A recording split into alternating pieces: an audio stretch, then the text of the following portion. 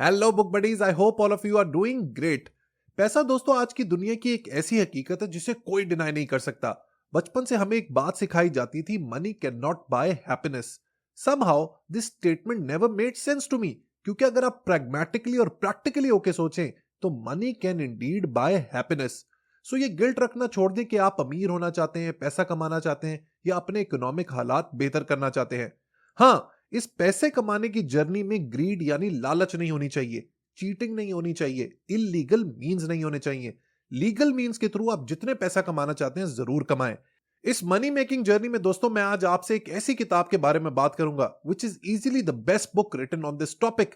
ये बुक एक gold standard है to understand the psychology and science behind money making. दोस्तों, अगर आज की वीडियो में जो बातें मैं आपको बताऊंगा आपने गौर से सुन ली और समझ ली तो आपकी फाइनेंशियल हेल्थ सॉर्ट आउट होने वाली है। This book contains path breaking wisdom. Today is a big book review. So मेरे साथ बने रहिए और चैनल को सब्सक्राइब करना और बेल आइकन दबाना मत भूलिए। Let's be back.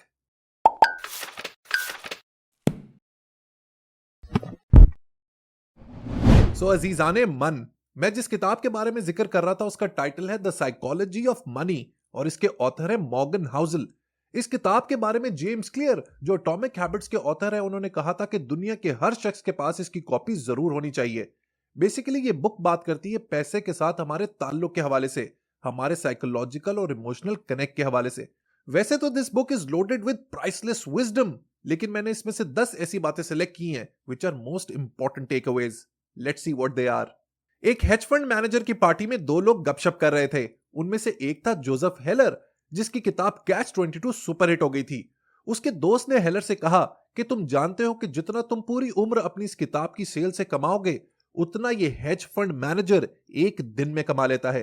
इस पर हेलर ने एक ऐसा जवाब दिया जो एक बहुत बड़ा लेसन है पैसे को लेके। He said, yes but I have something he will never have. I have enough. मेरे पास काफी है।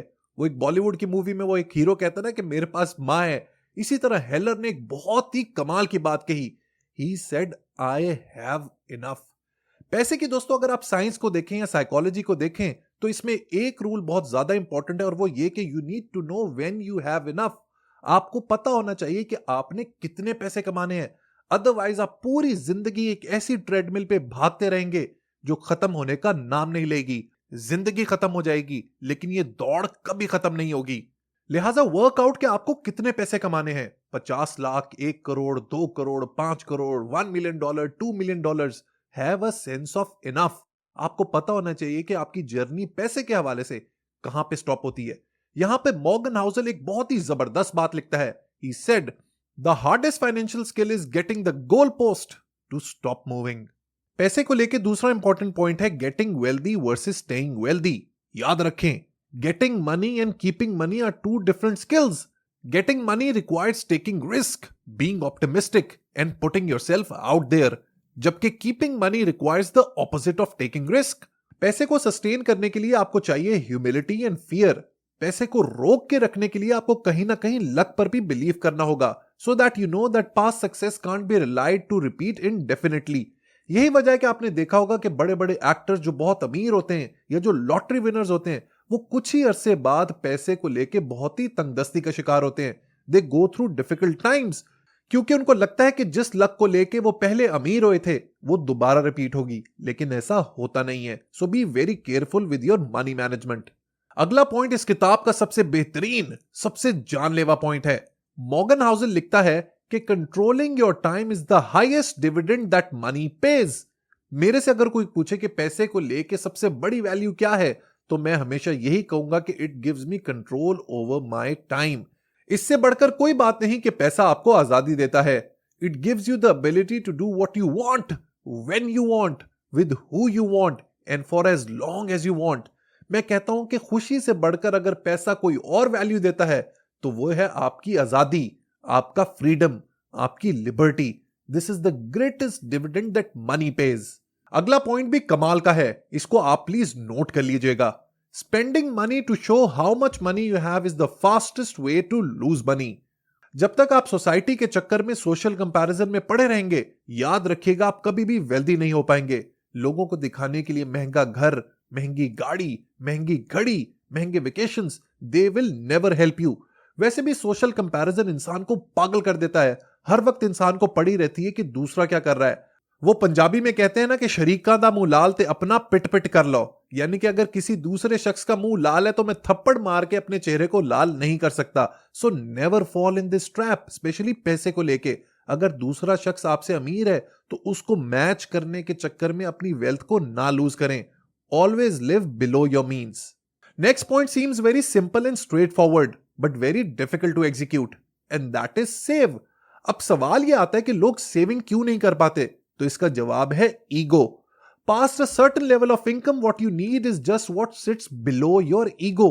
अपने बेसिक्स को कवर करें and don't let your ego get the better of you. इस इक्वेशन को हमेशा याद रखिएगा। Savings is equal to the gap between your ego and your income. Let's move on. दोस्तों, life is full of surprises and outliers. हम लोग plan कुछ करते हैं और हो कुछ जाता है। हमारी कोशिश भरपूर होती है कि हम लोग फ्यूचर को प्रिडिक्ट कर सकें, लेकिन ऐसा होता नहीं है। इस मुद्दे के ऊपर मैंने एक डिटेल्ड वीडियो बनाई थी जब मैंने द ब्लैक स्वान किताब का रिव्यू किया था।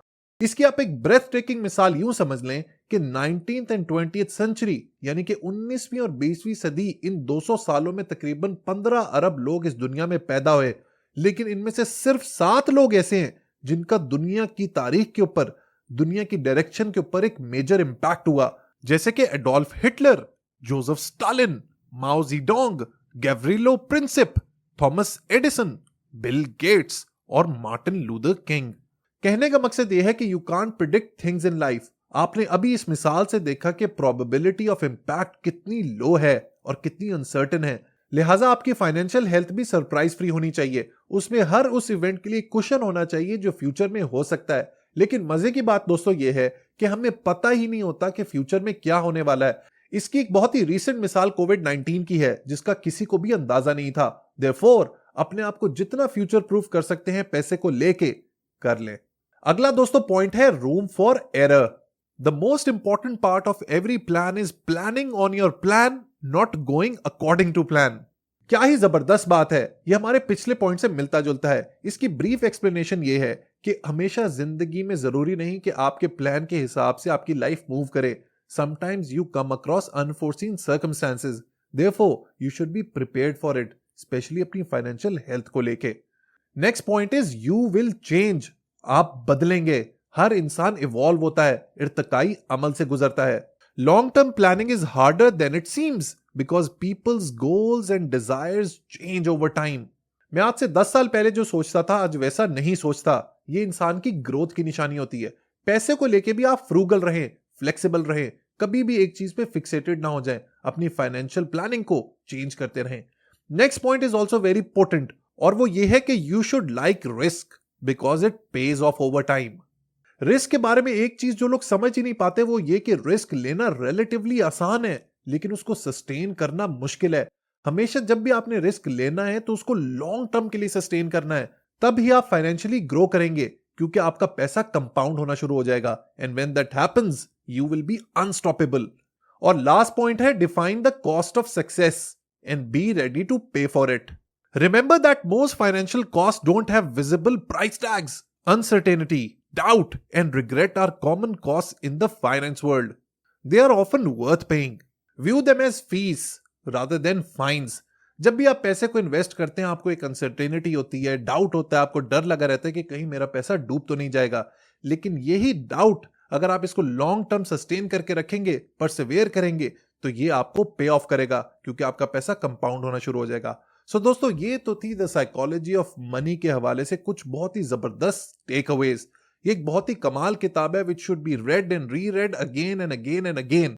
फाइनेंशियल हेल्थ को लेकर दोस्तों हमेशा याद रखिएगा, मैं हमेशा इस बात को एडवोकेट और प्रोपेगेट करता हूं कि आपकी जिंदगी में आपका फाइनेंशियली इंडिपेंडेंट होना बहुत ज्यादा जरूरी है। क्योंकि जब आपके पास पैसे होते हैं ना आपकी किटी में, आपके बैंक अकाउंट में, तो वो आपको एक ट्रेमेंडस फीलिंग ऑफ इंडिपेंडेंस देते हैं। Remember, cash in hand serves like oxygen for independence. आपको एक बहुत ही कॉन्फिडेंट फीलिंग होती है और आप जिंदगी में हर वो काम कर सकते हैं जिसको करने के लिए आप एस्पायर करते हैं। सो दोस्तों, अपने पैसे को लेके बहुत ही सीरियसली सोचिएगा और अपनी फाइनेंशियल प्लानिंग को स्ट्रांग रखिएगा।